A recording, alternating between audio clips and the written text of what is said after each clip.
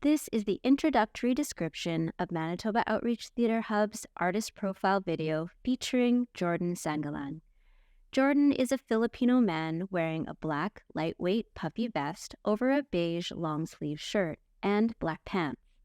He wears a brown plaid newsboy cap, a black stud in each ear, and a silver band on his left ring finger. His head and his face are clean-shaven, with the exception of his chin goatee. Jordan uses American Sign Language and sits on a stool in front of a gray backdrop flanked by two large potted plants. During the video, several photos of Jordan appear. In the first photo, he extends both arms with a toothy grin, mirroring the body language of the person across from him. The second photo is a headshot of Jordan with his hair slicked back in a greaser hairstyle.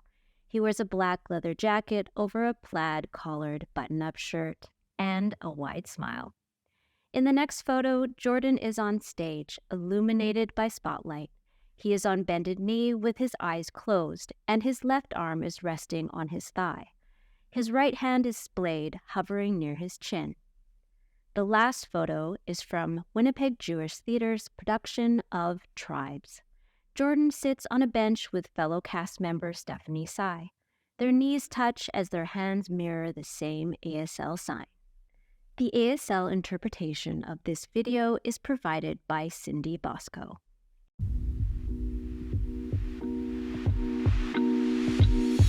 Hi everyone, I'm Jordan, actor, ASL coach, and member of 100 Decibel's Deaf Mime Troupe.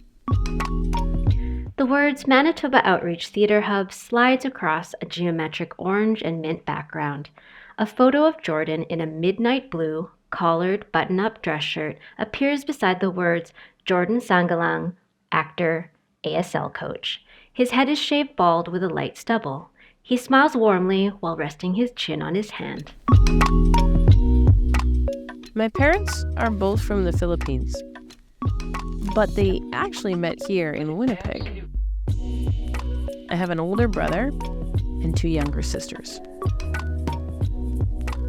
But I am actually the only deaf person in the family.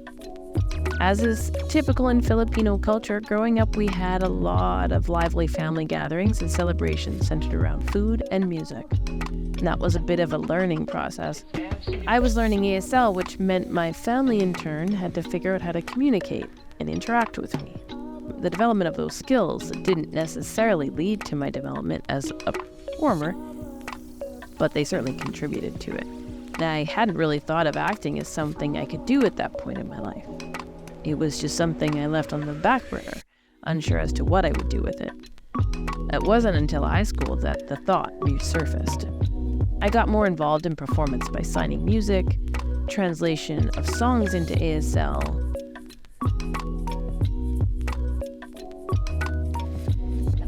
and then I also did some stage work in the theater.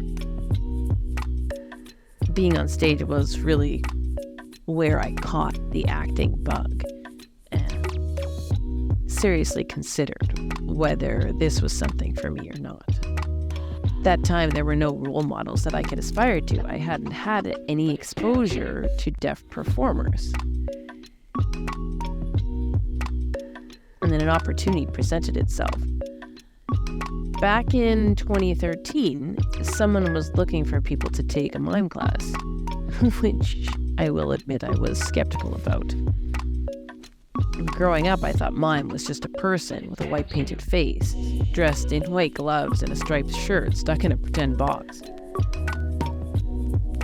But I thought, hey, keep an open mind, and I joined the class. It was a very eye-opening experience for me, and I realized that mime was so much more than I thought. I gained so many skills, like the art of story creation. Not that we recognized it at the time, but that class was where 100 Decibels was formed. And while there were several other members that later left the troupe, that class was where Joanna Hawkins, Christopher de Guzman, and I met and immersed ourselves into what mime had to offer. Our understanding of mime morphed into physical sketch comedy.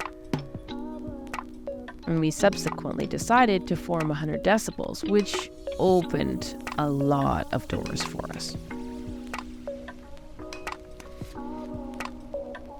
One of our first public shows was in the summer of 2014 at the Winnipeg Fringe Festival.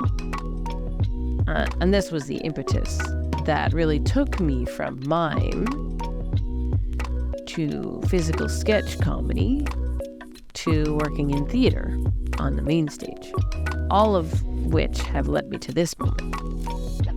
In the future, 100 Decibels would like to convey that we can all work together, and it would like to see a more diverse collaboration of individuals, no matter the background, be it people who are deaf, non-deaf, Indigenous, Black, people of color, or not. One of our main goals is to expose people that aren't deaf to the fact that we're a part of this community too, and we can work together. We want to inspire future generations to keep an open mind and an open heart to be willing to work with us. We would like to see more opportunities that go both ways. What I mean by that is it refers back to what I mentioned earlier. I didn't have those role models when I was growing up. So to be that inspiration for future generations, to see that they can have big dreams and not limit themselves irregardless of their origin, their background, their disability. But to dream big, and not just in performing arts, it's bigger than that, to apply this to whatever their passion might be. With a soft gaze, Jordan looks directly into the camera with a smile. The green M of the Moth logo floats across a turquoise background beneath the words mothmb.com. The Moth logo appears above the following words. Moth is grateful for the generous support of the Canada Council for the Arts and the Manitoba Arts Council, filmed on Treaty 1 territory and the homeland of the Métis Nation, Winnipeg, Manitoba.